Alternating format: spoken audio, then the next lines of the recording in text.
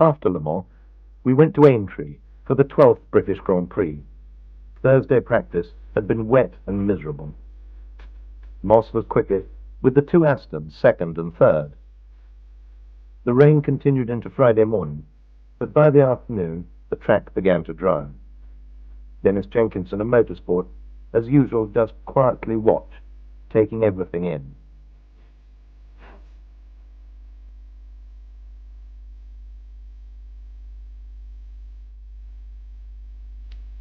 The Astons were again to be driven by Carroll Shelby and Roy Salvadori.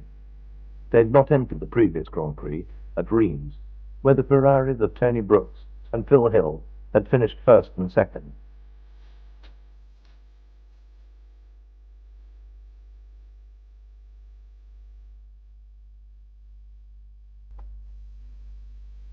Salvadori, aided by Eric Hine, prepared to go out again. "I could do with some more padding for this seat, Eric."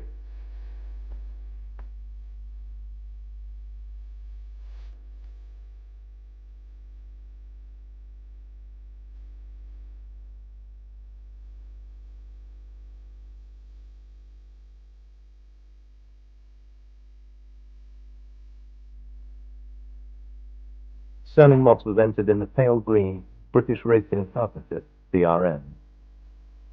Maurice Fantino drove the Rob Walker-entered Cooper Climber. Strike in Italy had prevented the Scuderia Ferrari from travelling and had released Tony Brooks to drive for the resurrected Vanwall team in a lightweight version of their classic front-engined car.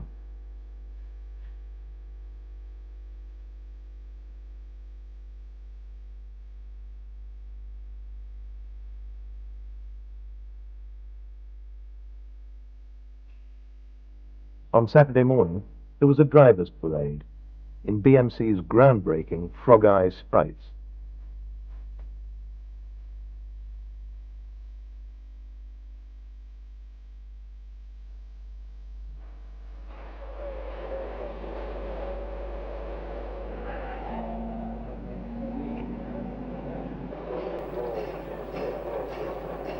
Salvadori led away, followed by his teammate Carroll Shelby.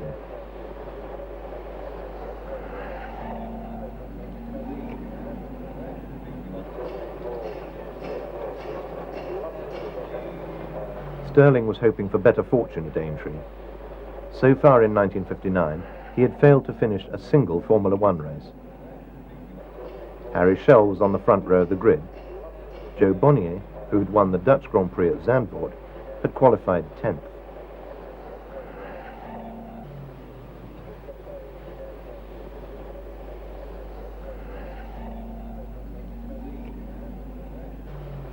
Works BRMs were entered for Schell, Bonnier and Ron Flockhart.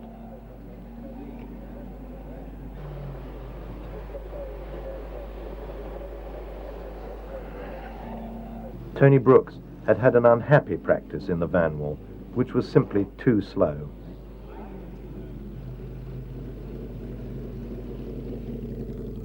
The Works Coopers were driven by Jack Brabham, Maston Gregory and rising star Bruce McLaren.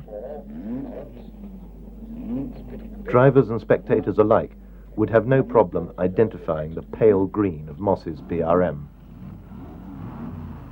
Aintree's slow corners suited the sweet-handling Astons, and they'd posted competitive times in practice. Salvadori was second, behind poleman Brabham, and Shelby was in sixth. Reg Parnell briefed Shelby and Salvadori, whilst David Brown talked to Earl Howe.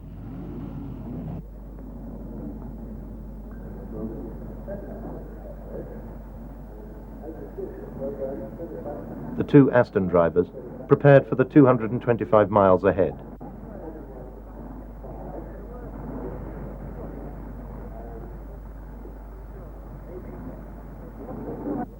Meanwhile, their team manager, Reg Parnell, was asking his old sparring partner, Lofty England, if there was any prospect of Jaguars returning to racing. Harry Schell had a quick word with David Brown.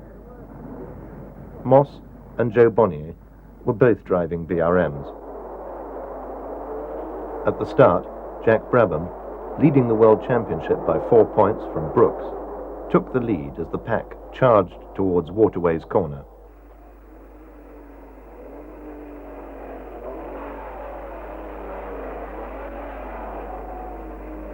The opposite locking Brabham immediately opened up a gap.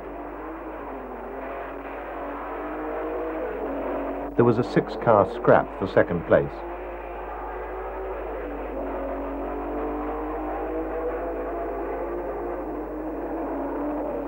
Salvadori came in, worried as he was getting sprayed with fuel, but this was just the overflow from the Aston's very full tanks, and he was sent on his way again. Shortly after, Shelby came in with the same complaint. The good qualifying positions of both Aston Martins had been squandered, and the cars were now well down. Tony Brooks retired the Van Wall early, with ignition and brake trouble. At least for the next race, he would be back in a Ferrari.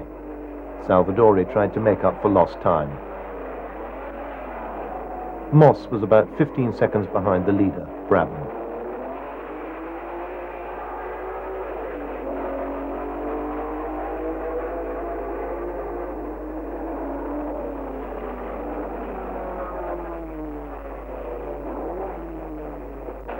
Dory's Maserati had an off and retired soon after.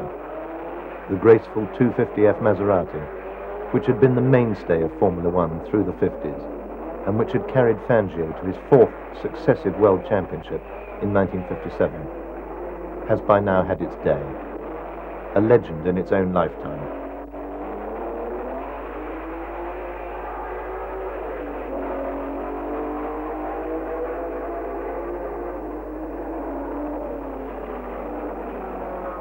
Salvadori climbed back to 6th place, but Shelby had a dud magneto, which meant his Aston's engine was firing with 6 plugs instead of 12, causing a major power loss. Joe Bonnier's BRM retired with a broken throttle linkage. David Brown checked his car's lap times. On lap 50, Moss, whilst running second, 10 seconds behind Brabham, was forced to pit for a new left rear tyre. He rejoined the race 15 seconds ahead of third-place man Bruce McLaren.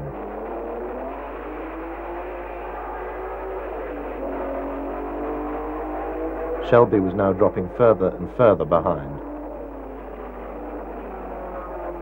Up at the sharp end, Brabham now had a 50-second lead, but Moss was catching, and Brabham was trying to preserve his tyres to avoid another pit stop. Gregory stopped for water.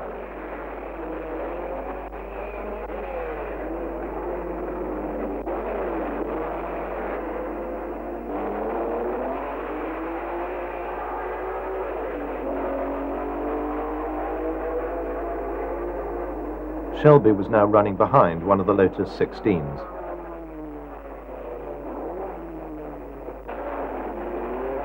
Shell also had to have his left rear changed.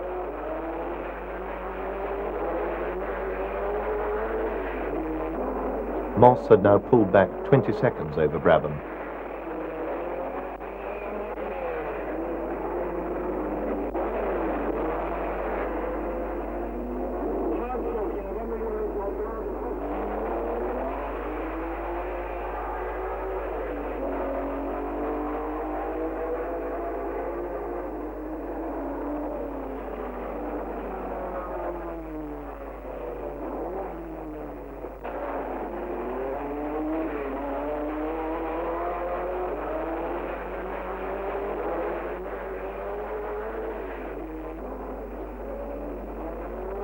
After such an encouraging debut at Silverstone and here in practice, the Astons were now really struggling against the rear-engined cars. Reliability wasn't their strong suit either.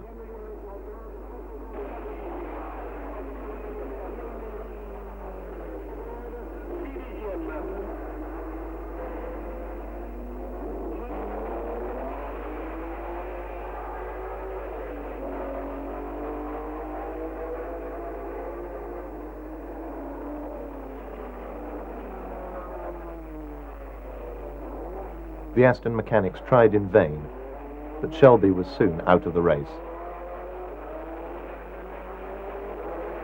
Salvadori was pushing on in 6th place.